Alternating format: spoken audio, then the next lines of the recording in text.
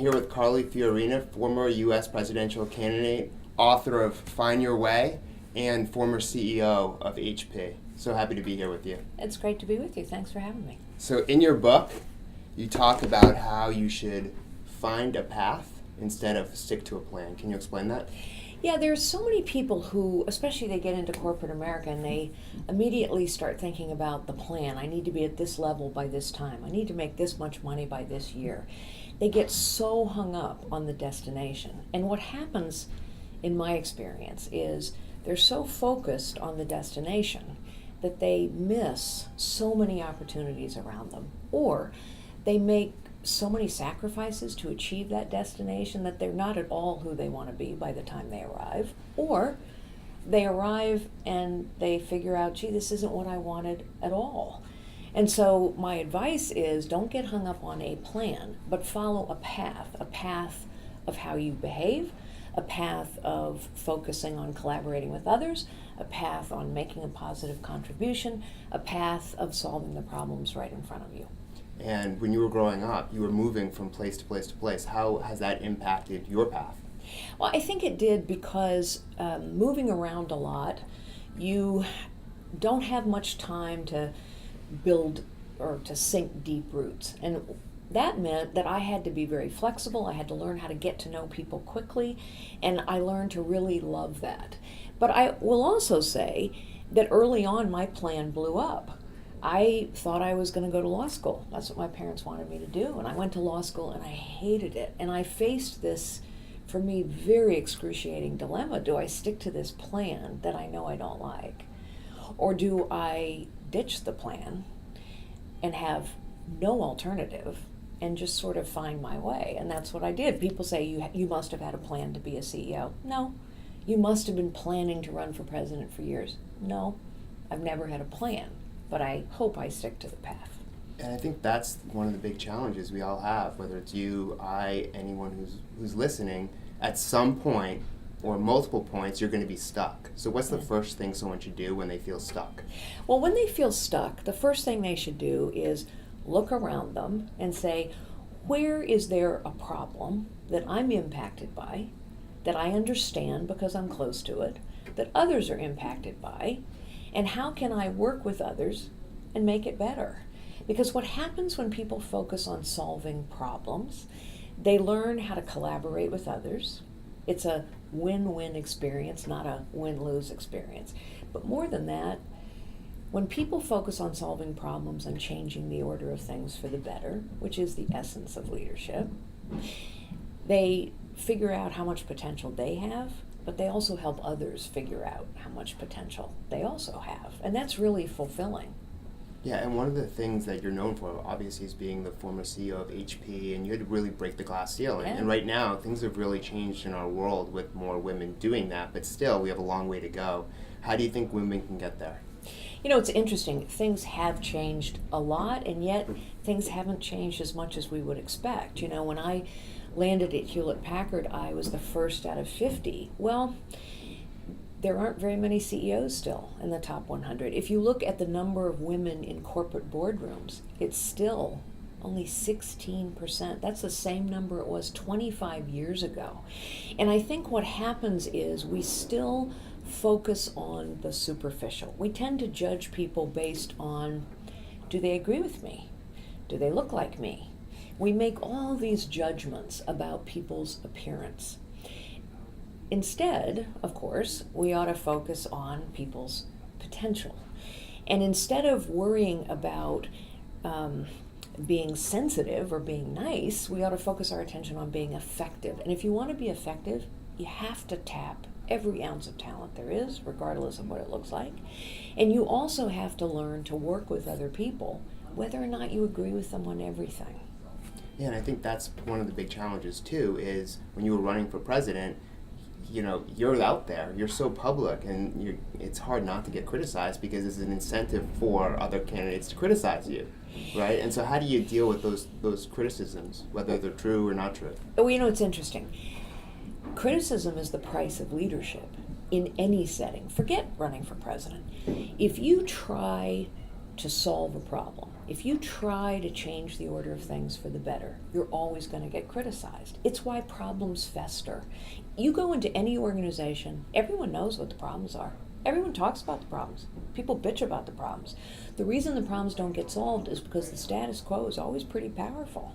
And the status quo is powerful because some people are invested in it. And some people will tell you, well, that's not your job. Don't worry about that. But mostly it's because to do something new, to try something different, you're going to get criticized. And so the first thing I tell people in Find Your Way is you have to learn to be brave. And you can learn courage. It's not the absence of fear. We're all afraid of something. Mostly we're all afraid of being criticized or looking stupid or not fitting in or making a mistake. And so we have to learn how to get over those fears. What do you think men can learn from women about leadership or how to be a better leader? Well, I think so often we confuse leadership with position and title, power, wealth, fame. And so often men, because they more often have positions and titles and power, unfortunately still, because men more often have those things, they think, well, I have position and title in a big office, I must be a leader. The position and title doesn't make them a leader. So often, people without position and title are actually leading more effectively. One of the stories I tell in this book is of a woman who had no position, no title, no power, and yet she represents the purest example of leadership I can find. Men need to learn. It's not about your position. It's not about your title. It's not about how many people report to you. It's about, are you solving problems, changing the order of things for the better, and importantly, are you unlocking potential in others? Yeah, take us through your decision making. Like, you've made massive decisions in your career with the HP acquisition of Compact, with running for president, like these massive decisions. What goes on behind the scenes? Is there like a lot of anxiety? How is it an act of courage and faith that I'm just going to do this? What does it feel like before you make these decisions? Well, that could change your whole life and yes. others.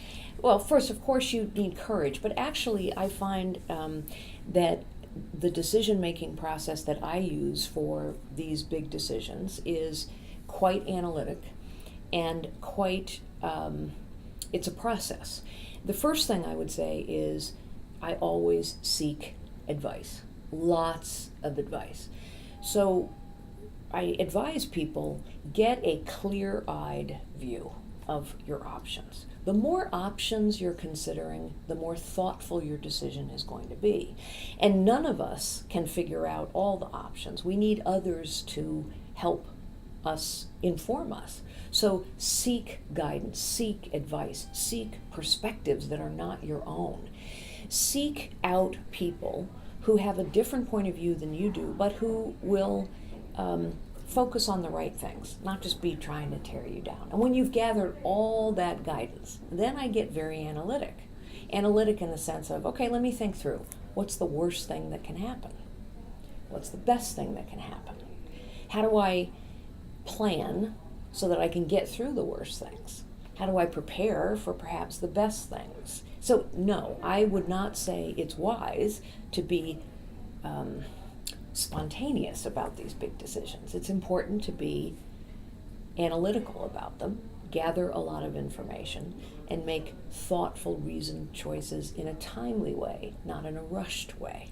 Yeah, and as a CEO, your job is to find the right people to fill the C-suite and Yep. really have the right leadership and support system around you. Yes. How do you go about choosing and hiring those people? So I would say first, you're absolutely right, of course. The people who report directly to you are incredibly important. However, I would also quickly add, the people in the rest of the organization are incredibly important as well. And one of the things that is the most dangerous about achieving position and title, including being a CEO or a president or anyone else, is all of a sudden, not all of a sudden, but over time, people stop telling you what you need to know, and they start telling you what they think you want to hear. And so it's really important that the people right around you are chosen for their judgment, their discernment, their values, and their willingness to tell you what you need to know, the truth. In other words, they're not kiss-ups, and they're not just like you. They fill in your gaps. They bring different strengths to the table than you do, and when the going gets tough, they're going to sit you down and tell you the truth. But it's equally important to always seek out input from people who don't report directly to you, from people all over the organization. I would routinely, as a CEO, go talk to customer service reps or go talk to technicians in the laboratory because they have a perspective I need to hear. Yeah, and diversity is such a big topic in our world today. How do you go about finding the right people to create a diverse team where you can actually innovate instead of serve the status quo, which is what happens in a lot of companies? Well, it's interesting. In corporate America today, we are spending $8 billion a year on diversity training. And yet the numbers really aren't moving. And if you look at some of these horror stories that are coming out of companies, it's pretty clear that we actually aren't changing the culture fast enough. And the reason for that, I think, is because in a lot of companies' minds, diversity is a good thing to do, a nice thing to do, the right thing to do, but they haven't decided it's a have to do. And it is a have to do. Because if you're leaving talent on the table, you're hurting yourself. More importantly than that, if everybody thinks alike, you're going to make mistakes because you're going to miss things, big things. And we know that people innovate more effectively when they are challenged.